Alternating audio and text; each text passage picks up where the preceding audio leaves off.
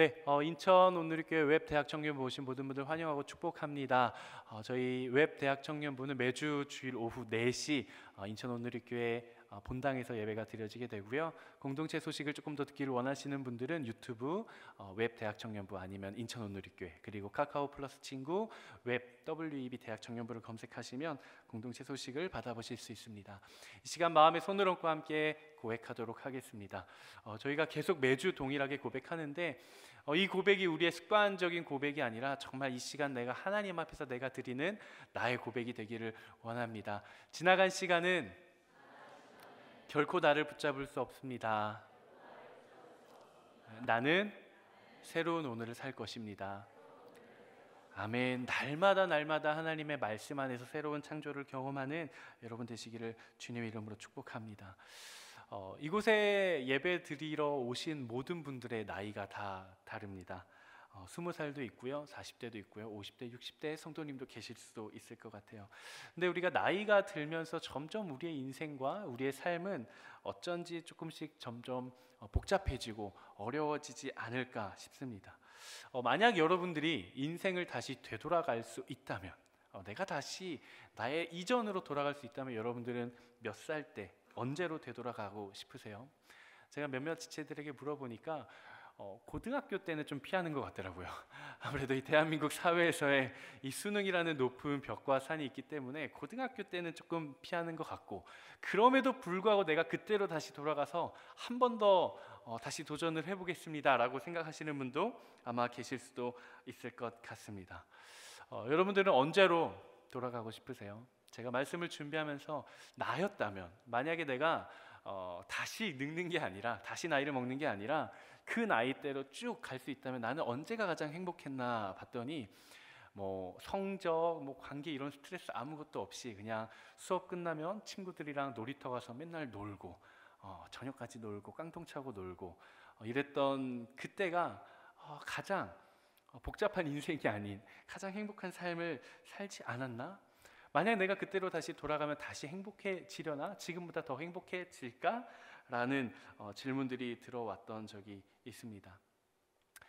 우리의 인생은 우리가 나이를 먹어가면 먹어갈수록 그 연령에 따른 책임감도 우리에게 더해지고, 그리고 세상의 많은 요구로 인해서 우리의 인생이 조금씩 수많은 관계들에 의해, 그리고 상황들에 의해 좀 복잡해지는 것 같습니다. 마치 초등학교 때는 더하고 빼고 곱하고 나누고 이것만 하면 내가 다 모든 문제를 풀 수 있었지만, 중학교에 가면 인수분해를 해야 되고, 고등학교에 가면 입시를 준비해야 되고, 또 대학교에 가면 끝일까요? 행복할까요? 아니죠. 학점 관리부터 스펙 관리부터 취업 준비를 해야 되고, 대학교를 졸업하고 나면 자연스럽게 다 취업이 될까요? 그렇지 않아요. 이제부터가 본격적인 경쟁이에요. 취업에 들어가면 이제 나의 인생이 이제 다 해결이 될까요? 그렇지 않아요. 본격적인 연애의 경쟁과 결혼의 경쟁의 시대에 뛰어들게 되는 거죠.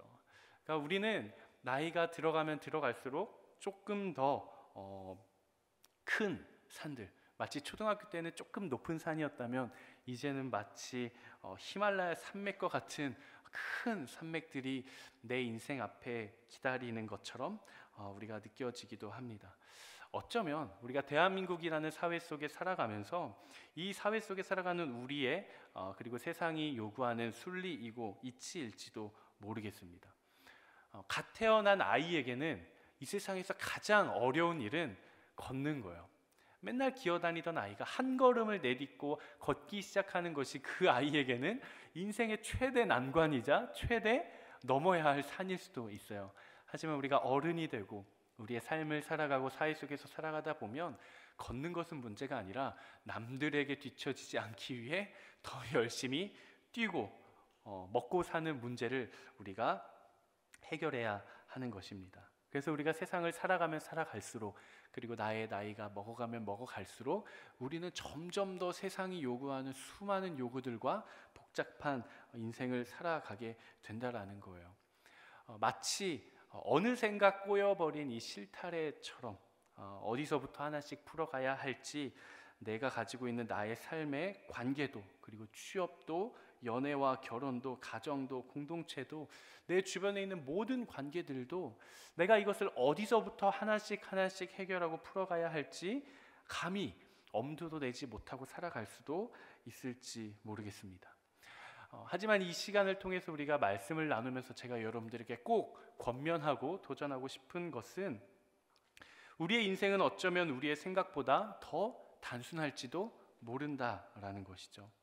내가 마주하고 있는 상황과 환경, 내가 마주하고 있는 나의 삶의 상황은 복잡해 보이고, 내가 처해 있는 나의 환경은 복잡해 보일지라도 그 모든 상황과 환경을 해결하는 방법, 즉 나에게 마주하고 있는 나의 인생, 나의 삶을 살아내는 방법은 생각보다 쉽고 간단할지도 모른다라는 것이죠. 어쩌면 우리가 인생의 해답을 찾기 위해서 세상 가운데 나아가지만 인생의 해답은 이미 내 손에 쥐어졌을 수도 있고, 그리고 나와 함께하고 있을 수도 있고, 또는 내 안에 있을 수도 있습니다. 다만 내 눈이 다른 곳을 향해 있고 내 마음이 다른 것에 물들어 있다면 그 해답을 바라보지 못하는 것이죠. 한번 마음에 손을 얹고 이렇게 한번 저를 따라 고백해 보시겠습니까? 내 인생의 열쇠는 생각보다 단순하다. 여러분들이 처해 있는 모든 환경과 상황을 풀어가는, 여러분들의 삶을 풀어가는 그 해답은 생각보다 단순합니다.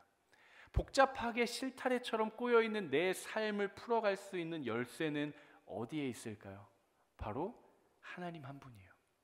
하나님 한 분만이 나의 인생의 열쇠이자 복잡하게 꼬여있는 것 같이 보이는 그 인생의 유일한 해답이라는 거예요. 바로 하나님이 나의 인생의 실타래를 풀어주실 유일한 실마리가 되어주시는 거죠. 그렇다면 중요한 것은 왜 하나님이 나의 인생의 실마리가 되어주시냐라는 거죠.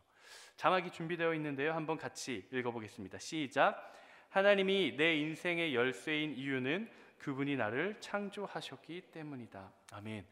하나님이 내 인생의 열쇠가 되어주시고, 또 복잡해 보이는 나의 모든 상황과 나의 관계, 비전, 진로, 연애와 결혼, 모든 것의 해답이 되어주시고, 또 복잡하게 꼬여버린 것처럼 보이는 나의 인생을 풀어갈 수 있는 유일한 실마리, 유일한 해답, 유일한 열쇠가 되시는 이유는 그분이 나를 창조하시고 그분이 나를 만드신 창조주라는 사실입니다.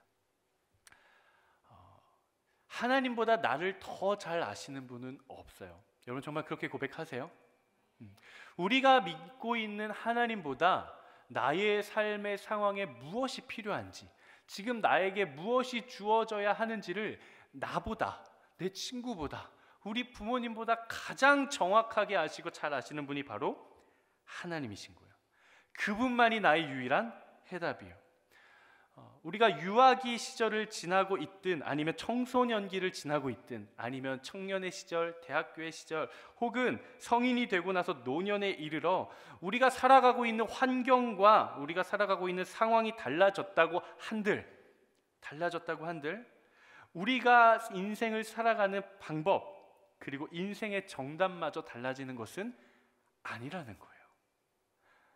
달라지는 것은 나의 삶의 상황이고, 그리고 그 상황, 세상이 요구하는 나의 삶의 상황을 풀어내고 반응하는 내가 달라졌을 뿐이지, 우리가 정말 본질 속에서 우리의 인생을 풀어가야 하는 그 방향은 언제나 동일하다라는 것입니다.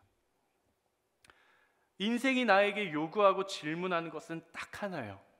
창조주 하나님은 어디 계시는가? 우리가 마주하고 있는 모든 상황과 순간 속에서 인생이 나에게 요구하는 질문은 결국 내가 어떤 상황을 마주하고 있든, 내가 어떤 어려움과 어떤 인생의 복잡함 가운데 서 있다고 하더라도 결국 그 상황이 나에게 질문하는 것은 하나라는 거예요. 너에게 창조주 하나님이 어디 계시느냐? 하나님을 발견하는 거죠. 상황 속에서 문제를 발견하는 것이 아니라, 세상이 요구하는 해답, 세상이 요구하는 어떤 방법들을 발견하는 것이 아니라, 나를 창조하시고 나보다 나를 더 잘 아시는 창조주 하나님을 찾고 하나님을 발견하고 기억하는 것. 이것은 갓 태어나 한 걸음을 내딛는 갓난아이나, 그리고 대학교에서 학점을 따기 위해 열심히 공부하는 대학생이나, 아니면 대학교를 졸업하고 취업을 준비하고 있는 취업 준비생이나, 아니면 이제 취업의 전선에 뛰어들어서 본격적인 이제 직장 라이프를 살고 있는 그 바쁘고 험한 세상, 그 직장 속에서 내가 어떻게 신앙을 유지할 것인가, 이 씨름을 하고 있는 저와 여러분 모두에게 동일한 질문입니다. 결국 답은 하나죠. 하나님이 어디에 있는가? 나를 지으신 하나님이 어디에 있는가? 그것 하나예요. 오늘 우리가 읽은 성경 본문은 하나님이 세상을 창조하셨다고 증언하고 선포합니다. 오늘 본문 1장 1절 말씀을 한번 같이 읽어보도록 하겠습니다. 창세기 1장 1절 말씀 한번 같이 읽어보겠습니다. 시작. 하나님께서 태초에 하늘과 땅을 창조하셨습니다. 이것은 우리가 믿고 우리가 읽고 듣고 있는 성경 전체의 가장 첫머리에 등장하는 선포입니다. 하나님께서 태초에 하늘과 땅을 창조하셨다. 이 성경의 증언이 여러분들의 믿음의 고백이 되기를 주님의 이름으로 축복합니다. 성경은 증언합니다. 하나님께서 태초에라고 이야기하고 있어. In the beginning. 모든 것의 시작을 우리는 어떻게 알 수 있는가? 흔히 이런 질문이 있죠. 닭이 먼저인가?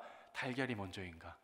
여러분은 어떻게 생각하세요? 닭이 먼저 있어야 달걀이 나올 수 있을까? 아니면 달걀이 있어야 병아리가 태어나고 닭이 성장할 수 있을까요? 닭이 먼저일까? 달걀이 먼저일까? 저는 모르겠어요. 저는 모르겠는데 어떤 한 목사님이 그렇게 이야기하시더라고요. 김 목사, 하나님이 먼저야, 이렇게 이야기하시더라고요. 닭도 달걀도 결국에는 하나님으로부터 왔군요. 제가 이렇게 이야기했던 적이 있습니다. 창세기 1장 1절이 증언하는 것은 이것입니다. 하나님이 모든 것의 시작이다. 하나님이 곧 시작이다라는 거예요. 그러니까 하나님께서 어떤 지점에 계시다가 이제는 내가 세상을 좀 만들어 봐야겠다. 내가 너무 심심하고 할 게 없으니 이제는 내가 세상을 만들 때다라고 해서 어느 시점이 되어서야 창조가 시작되었다, 이런 증언이 결코 아닙니다. 우리가 창세기를 읽어가면서 특히나 창조 기사를 읽어갈 때 빠지지 말아야 할 오류 중에 하나는 창세기에서 증언하고 있는 성경의 본문들을 시간의 흐름 순으로 계속해서 이해하려고 하는 우리의 어떻게 보면 사고의 체계, 사고의 관념이에요. 태초에 하나님이 천지를 창조하셨다라는 것은 어느 지점에 이르러서야 드디어 하나님의 창조가 시작됐다라는 것이 아니라 하나님이 곧 시작이라는 거예요. 하나님이 곧 시작이시고 하나님이 곧 최초에 가장 먼저 시작을 하셨다라는 거죠.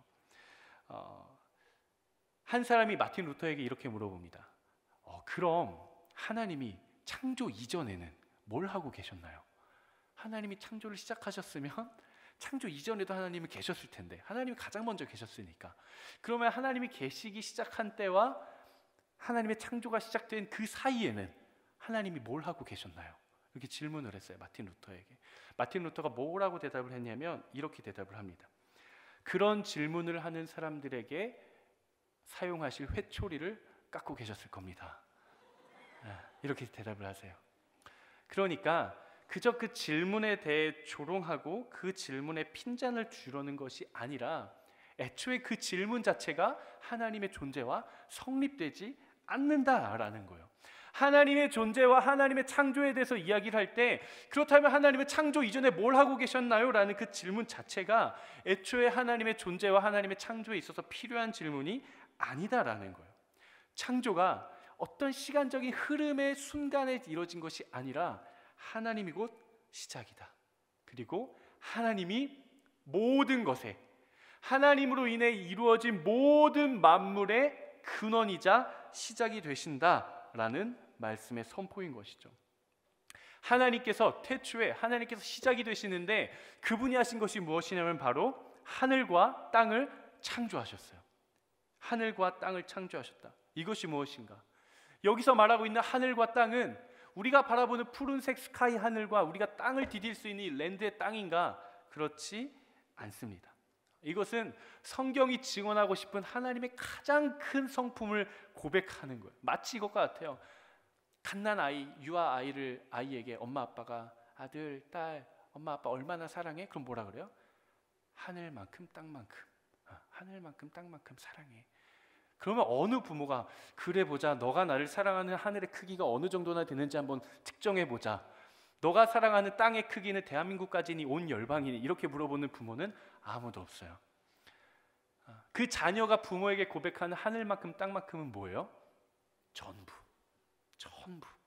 내가 사랑할 수 있는 전부, 내가 가진 전부, 내가 표현할 수 있는 전부, 그만큼 사랑한다라는 것이죠. 그러니까 성경은 아주 상반된 두 개의 개념을 가져다가 양극단에 있는 것을 사용한 하나의 표현이에요.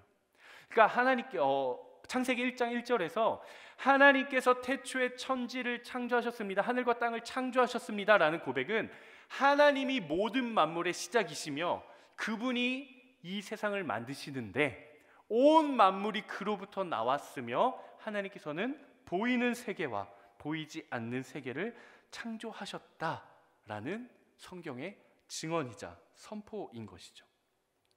그러니까 모든 것이 하나님을 벗어난 것이 없으며 모든 것이 하나님으로부터 떨어져 있는 것이 없고 모든 것이 하나님 안에, 하나님 아래에 있지 않은 것이 이 세상 가운데 있다 없다? 없다라는 거예요.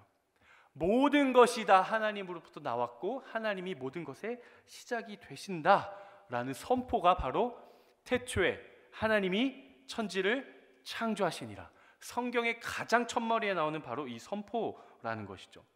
오늘 본문 2절 말씀을 한번 같이 읽어보도록 하겠습니다. 창세기 1장 2절 시작. 땅은 형태가 없고 비어 있었으며 어둠이 깊은 물 위에 있었고 하나님의 영은 수면 위에 움직이고 계셨습니다. 창세기 1장 2절에서 뭐라고 이야기를 하냐면 땅은 형태가 없고 비어 있었으며 어둠이 깊은 물 위에 있었다라고 이야기를 합니다. 여러분들의 성경 지식을 묻기 위해 하나님께서 창조를 며칠간 하셨죠? 어머나, 하나님께서 창조를 며칠간 안식 포함, 그쵸, 7일간 하셨습니다. 가장 먼저 창조하신, 하나님께서 가장 먼저 창조하신 건 뭐죠? 크게 빛. 하나님은 가장 먼저 빛을 창조하셨습니다. 빛이 있으라 하시니 빛이 있었다라고 이야기를 해요. 근데 오늘 창세기 1장 2절 말씀을 보면 빛이 있기 이전에 뭐가 나옵니까? 땅이 나오고 물이 나와요. 뭐지? 성경은 분명히 하나님께서 빛을 가장 먼저 창조하셨는데 빛을 창조하시기 이전에 이미 이 세상에 땅이 있고 물이 있네? 그럼 하나님이 빛을 창조하시기 전에 땅과 물을 먼저 창조하신 건가? 그리고 나서 빛을 창조하신 건가? 아니면 하나님이 빛을 먼저 창조하셨는데 이 땅과 물은 도대체 무슨 의미지? 궁금증이 들기 시작을 하죠. 우리가 함께 나눠보면 좋을 것 같아요. 창세기 1장 2절에서는 땅이 형태가 없고 비어 있었으며 어둠은 깊은 물 위에 있었다라고 이야기를 합니다. 가장 먼저 여러분들과 나누고 싶은 것은 하나님은 빛을 가장 먼저 창조하셨습니다. 그렇다면 여기서 증언하고 있는 땅과 물이라는 것은 무엇인가?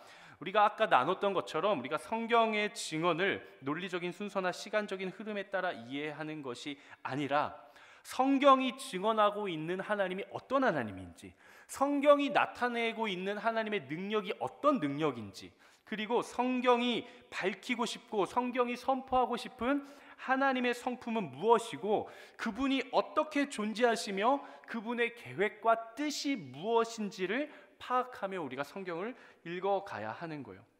우리가 앞서 나눴던 것처럼 창세기 1장 1절 태초에 하나님이 천지를 창조하시니라 라는 그 고백이 하나님이 정말 우리 눈에 보이는 하늘과 땅을 그때 태초에 지으셨구나 이런 의미가 아니라 하나님이 모든 것의 시작이고 모든 만물이 하나님으로부터 나왔고 하나님께서 보이는 세계와 보이지 않는 세계 온 만물을 창조하셨다. 그분이 모든 것의 시작이시다. 그분이 곧 시작이시다라는 증언과 함께 창세기 1장 2절은 땅은 이라고 시작하는 것은 본격적인 하나님의 창조의 시작을 알리는 거예요. 본격적인 하나님의 창조의 시작을 알리는데, 그때 당시 하나님의 창조가 시작되기 전에 존재했던 것은 땅과 물입니다 라는 의미가 아니라, 하나님의 가장 완벽한 계획과 그분의 목적과 그들의 의도대로 본격적인 창조가 이루어지기 시작하기 이전의 상태, 존재가 아닌 상태를 가리키는 거예요. 개역개정으로 보면 이렇게 되어 있습니다. 땅이 혼돈하고 공허하여 흑암이 깊음 위에 있다라고 이야기를 해요. 그러니까 본격적인 하나님의 창조가 시작되기 이전의 존재가 아닌 상태는 형태가 없다는 거예요. 영어 성경에서 보면 empty라고 나옵니다. 형태가 없고 어둠이 있다. 어둠이 있다라는 것은 무의 상태를 가리킵니다. 아무것도 없는 무의 상태. 땅이 혼돈하고 공허하고 흑암이 깊음 위에 있다. 혼돈이라는 것은 질서가 없다라는 거예요. 질서도 없고 형태도 없고 비어있고 아무것도 없는 그런 무의 상태, 즉 하나님이 없는 상태, 하나님의 능력이 나타나지 않는 상태를 의미하고 밝히는 게 바로 창세기 1장 2절입니다. 그러니까 창세기 1장 2절은 하나님의 창조가 시작되기 이전에는 어떤 것들이 있었다 이런 의미가 아니라, 하나님의 계획, 특정한 목적과 계획에 의해 완성된 창조 이전의 무질서한 모습을 묘사해주고 있는 것이죠. 창조 이전에 뭐가 있었다가 아니라 하나님의 능력과 질서가 미치지 않았음을 나타내는 상태입니다. 여러분, 그런데 이 창세기 1장 2절의 이 상태, 하나님의 능력이 나타나지 않고 하나님이 없고 하나님의 계획이 나타나지 않고 하나님의 목적이 드러나고 있지 않은 이 상태, 마치 이 상태가 거센 풍파와 거센 파도를 거스르며 살아가는 마치 우리의 인생과 같지 않습니까? 여러분들의 현재 삶의 상황, 여러분들이 마주하고 있는 모든 인생의 문제들, 누구에게 이야기하고 있지 못한 나 홀로 가지고 있는 나의 마음을 좀먹고 나의 영혼을 갉아먹고 있는 상황들, 나의 기도 제목들, 나의 고민거리들, 나의 삶의 모든 상황들, 정리되어 있지 않고 하나님의 능력이 나타나고 있지 않은 그 상태가 마치 오늘 본문의 2절의 말씀과 같지 않으십니까? 창세기 1장 2절이에요. 땅이 혼돈하고 공허하며 흑암이 깊음 위에 있다. 제가 말씀을 준비하면서 우리의 삶을 대입시켜서 이렇게 한번 풀어봤어요. 내 삶의 상황이 혼돈하고 내 마음이 공허하며 내 고민과 시름은 깊음 위에 있다. 우리가 믿음을 가지고 이 땅을 살아가지만, 우리가 하나님 나라의 백성으로 이 세상을 살아가지만, 내 마음을 흔들고 내 믿음을 흔들려고 하는 모든 삶의 상황들이 그 앞에 내가 마주하고 있는 나의 마음, 나의 상황, 나의 생각, 나의 감정들, 그것들이 마치 이러한 상태와 같지 않으십니까? 우리가 어떤 혼란과 우리가 어떤 복잡함과 근심과 걱정, 공허, 이 모든 것들이 내 삶을 뒤덮고 있다고 하더라도 마치 창세기 1장의 창조처럼 빛이 있으라 한마디면 빛이 생겨나는 거예요. 하나님께서 빛이 있으라 한번 말씀하시면 어둠이 사라지는 거예요.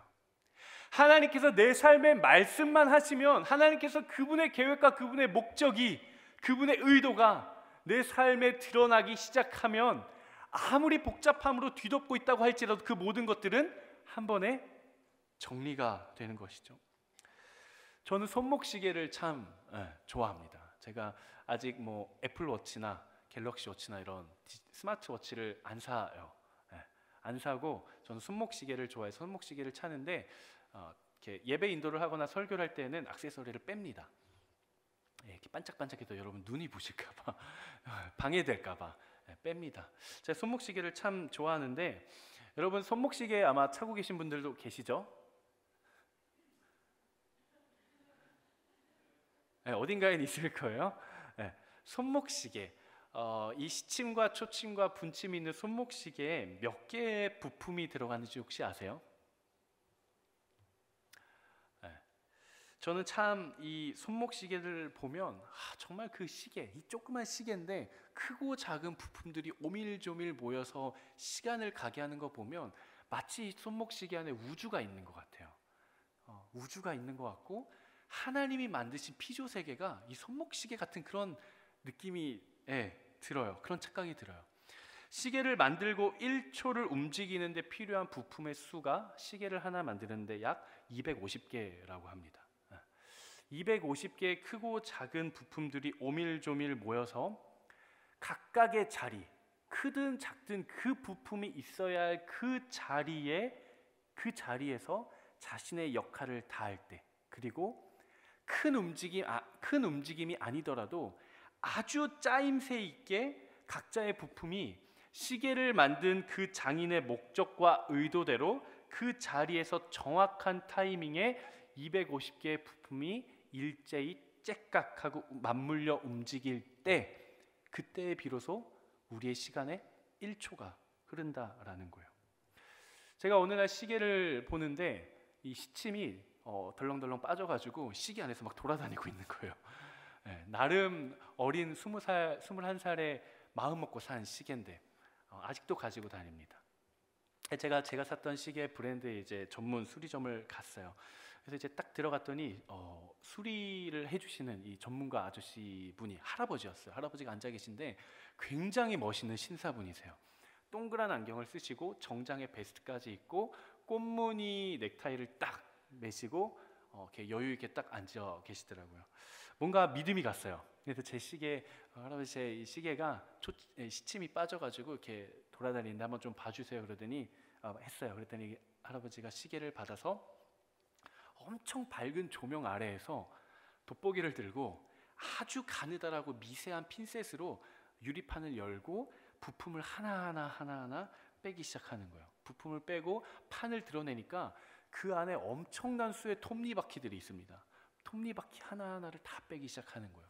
그리고 뭘 하나를 조정하시고 다시 조립은 분해의 역순이라고 다시 하나하나 순서에 맞춰서 부품을 조립하시는 거예요.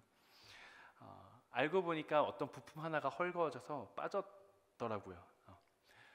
근데 그 할아버지가, 그 전문 수리해 주시는 분이 그 복잡한 시계를 고치시는데 들었던 시간 단 5분, 길어야 한 7분 됐었던 것 같아요.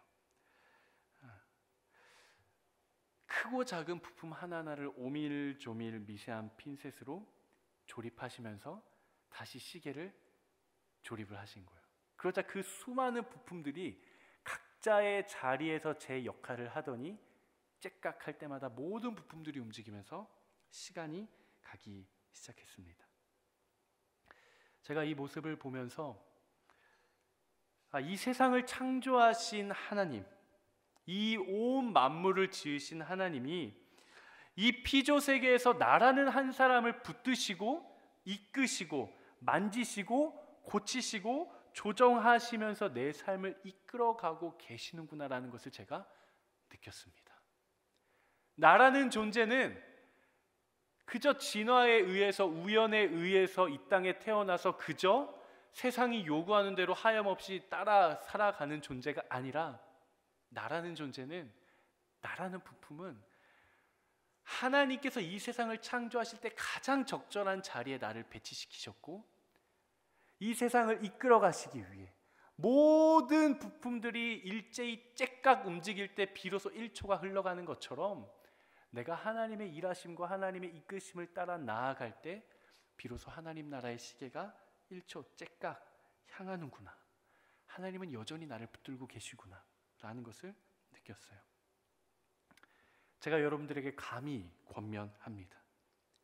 당신의 인생은 하나님의 정확한 의도와 목적을 가지고 창조되었다라는 거예요. 이 자리에 있는 저와 여러분 그 누구도 그저 세상 가운데 우연히 태어나서 우연히 흘러가는 인생, 그 존재는 아무것도 없다라는 거예요. 하나님은 여러분 한 사람 한 사람의 삶을 가장 정확한 의도와 목적을 가지고 그 자리에 창조해 주셨습니다. 여러분, 이 세상이 복잡해 보이세요? 여러분이 살아가고 있는 여러분들의 삶이 너무나도 복잡하게 꼬여 있으십니까? 그렇다면 여러분, 그것을 가지고 하나님께 나아가십시오. 여러분의 인생 그대로 내가 만지는 것이 아니라 정말 시침이 빠져서 그냥 허둥거리며 돌아가고 있는 그 상태 그대로 들고 하나님께로 가십시오. 하나님께서 여러분들의 인생을 지으셨습니다. 하나님께서 여러분들의 인생을 만지고 계세요. 하나님께서 여러분들의 인생을 붙들고 계시고 지금도 하나님 나라의 시간을 정확하게 맞추기 위해 여러분들의 인생을 조정하고 계신 거예요. 정확한 의도와 목적을 가지고 그 자리에 배치하신 분이 바로 하나님이세요. 그게 바로 당신의 인생입니다. 하나님의 손길이 닿는 곳마다 무질서 속에 질서가 꽃피우게 됩니다. 그리고 하나님의 숨이 닿는 곳마다 근심과 절망과 사망이 소망과 희망으로 노래하게 되고 하나님의 사랑이 닿는 곳마다 모든 문제가 해결이 되는 거예요. 우리는 인생의 어떤 상황을 마주하든 그리고 지금 우리가 걸어가고 있는 나의 삶의 인생이 어디 가운데 있든 그리고 저 높은 세상이 저 넘을 수 없을 것만 같은 저 높은 벽의 세상이 나를 향해 무엇을 요구하든 모든 순간 모든 호흡마다 나를 창조하신 창조주 하나님을 먼저 찾아야 합니다. 우리가 서 있는 그곳에서 하나님을 먼저 구해야 하는 거예요. 그래서 우리가 찬양으로도 고백을 합니다. 눈을 들어 산을 보아라. 너의 도움 어디서 오나? 뭐라고요? 천지를 지으신 너를 만드신 여호와께로다. 여러분 기억하십시오. 여러분이 어디에서 무엇을 하든 여러분들이 어떤 상황 가운데 놓여 있든 그 모든 혼돈과 복잡함과 공허와 흑암은 다 하나님 아래에 놓여 있습니다. 그 모든 상태는 하나님의 만지심과 하나님의 선포를 통해 새롭게 창조가 될 것입니다. 주먹을 이렇게 쥐보시겠어요? 이렇게 쥐지 마시고 이렇게 가볍게 꽉 쥐지 마시고 가볍게 한번 쥐어보세요. 그리고 여러분들의 눈 앞에 얼굴에 가져다 보시겠어요? 뭐가 제일 크게 보입니까? 내 주먹이 제일 크게 보여요. 그럼 이번엔 한번 이 주먹 똑같은 주먹을 쥐고 내가 제일 멀리 둘 수 있는 가장 멀리에 두어 보시겠어요? 나의 시야에서 내가 이것만을 바라보고 있으면 이게 가장 크게 보여요. 이 삶의 문제가 가장 크게 보여요. 그런데 내가 이것을 좀 더 멀리 두면 나의 인생에서 이게 차지하는 비중이 그렇게 크지 않구나. 내가 그렇게 인생의 가장 큰 고민처럼 느껴졌던 나의 인생의 고민들도 세상에 지으신 하나님의 만물 속에서 보면 조그맣게 보이는구나. 그리고 나의 주먹만 보이는 것이 아니라 그 뒤에 그 너머에 계신 창조주 하나님을 바라보게 되는 거예요. 하나님의 뜻과 하나님의 계획과 하나님의 선포가 들어있는 성경은 창세기 1장 1절에서 여러분들에게 이렇게 선포합니다. 태초에 하나님이 천지를 창조하시니라. 바로 이 성경의 선포가 여러분들의 인생에 선포하는 거예요. 창조의 신비는 결코 과학으로 모두 설명할 수 없습니다. 오직 나에게 주시는 계시와 말씀의 증거를 통해서 오직 우리는 예수 그리스도를 통해서만 알 수 있는 거예요. 말씀과 성령으로 창조하셨듯이 말씀과 성령으로 나에게 찾아와 주시는 거죠. 그래서 성경은 증명의 대상이 결코 아닙니다. 성경은 성경에서 말하고자 하는 것들이 어떻게 우리가 증명할 수 있을까 그 근거를 찾아다니는 것이 우리의 인생의 목적이 아니에요. 성경은 하나님에 대한 선포이자 하나님에 대한 증언입니다. 창세기 1장 1절 진짜 하나님이 창조하셨을까? 이 세상이 진짜 하나님으로부터 시작이 됐을까? 정말 하나님의 모든 것이 시작이 되시나?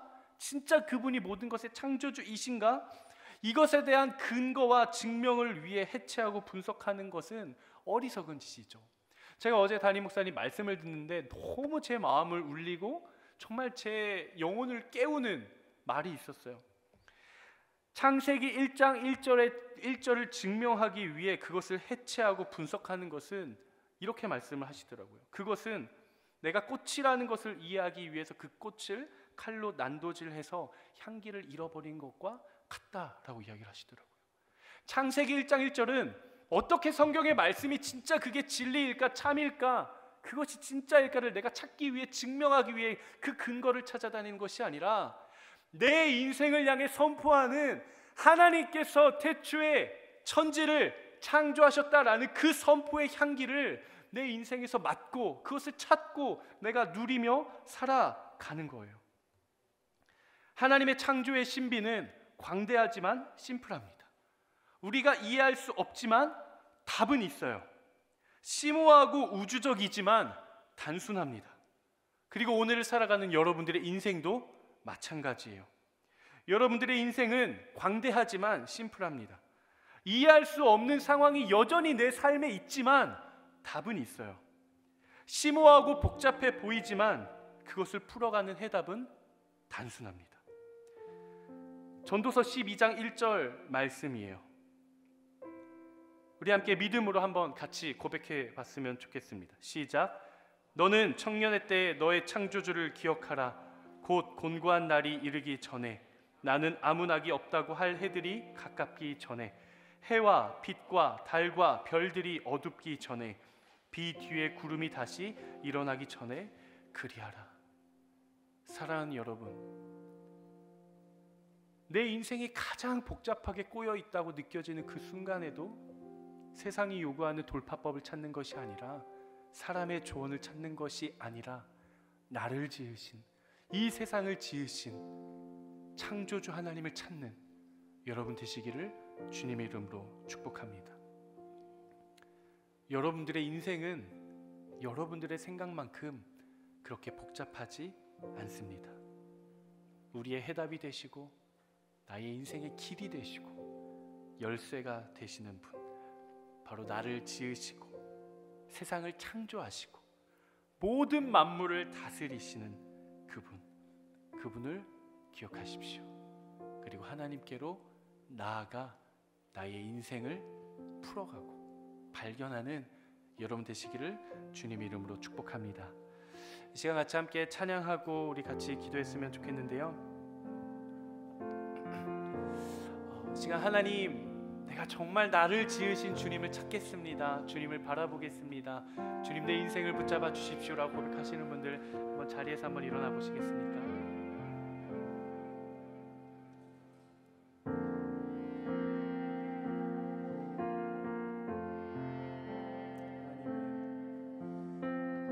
하나님은 여전히 여러분들을 지키고 계십니다.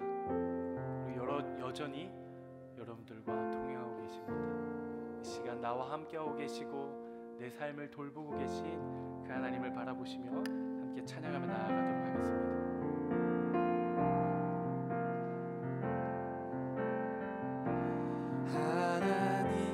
하나님은 너를 지키시는 자, 너의 우편에 그늘 되시니, 낮에 해와 밤의 달도 너를 해치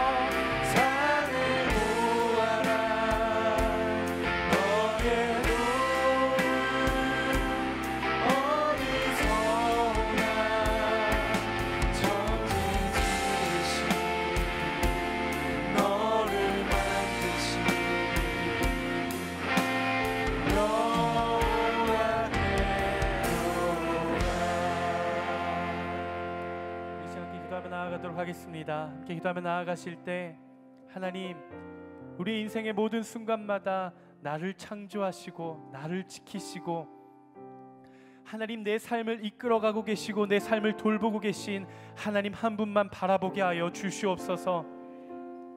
하나님, 비록 세상이 내 인생을 향해 수많은 풍파가 몰아치고 벽이 가로막고 있다고 할지라도 하나님, 그 앞에 우리는 담대하게 선포하게 하여 주시옵소서. 하나님께서 태초에 하늘과 땅을 창조하시니라. 하나님이 온 만물을 창조하신 창조주 하나님을 선포하며 그 하나님을 바라보며 믿음으로 돌파하는 우리 모두 될 수 있도록 주님 인도하여 주시고 역사하여 주시옵소서. 시간 주여 한번 외치며 함께 기도합니다. 주여! 아버지 하나님, 생각을 나아갑니다. 하나님이 역사하여 주시옵소서.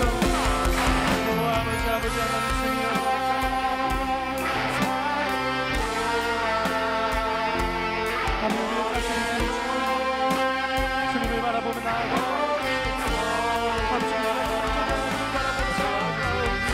하나님, 이 세상을 다스리시고 하나님 온 만물을 창조하신 창조주 주를 바라보게 하여 주시옵소서.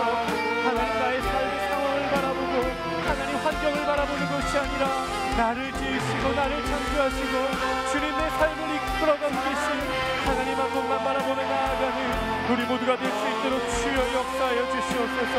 주님 인도하여 주시옵소서. 주여 내 삶을 지켜주시고 주여 내 삶을, 나의 믿음을, 나의 시선을, 나의 삶의 방향을 주님 인도하여 주시옵소서. 주님 이끌어 주시옵소서. 하나님, 복잡하게 보여져버린 것 같은 우리 인생에도 하나님, 나의 모든 삶의 상황에도 주님을 바라보며 나아갑니다. 나를 지으신 창조자 하나님을 바라보며 나아갑니다. 온 만물을 향해 선포되는 하나님의 창조의 주님으로 나아가시고 주님 인도하여 주시옵소서. 주여 역사하여 주시옵소서.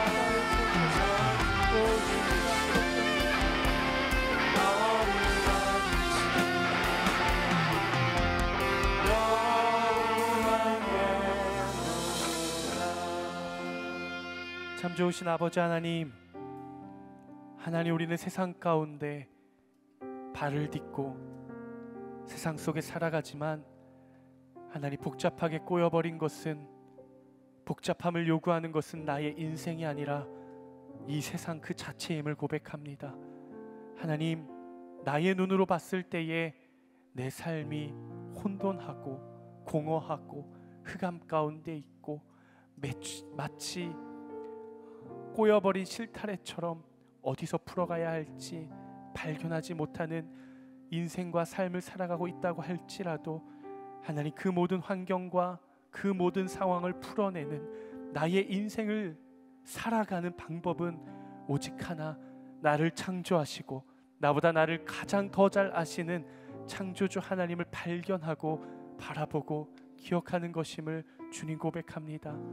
이 땅이 거룩함을 가지고 정결하게 주의 목적과 뜻을 가지고 달려나아가는 모든 주의 백성들 가운데, 주의 자녀들 가운데 하나님 함께하여 주시고 말씀하여 주시고 하나님의 놀라운 창조의 신비를 고백하며 나아가는 하나님 나라의 거룩한 백성들이 되게 하여 주시옵소서. 그렇게 우리와 함께 하실 것을 믿으며 거룩하신 예수 그리스도의 이름으로 기도드리옵나이다. 아멘. 우리 하나님 앞에 영광의 박수 함께 올려드리도록 하겠습니다. 아멘.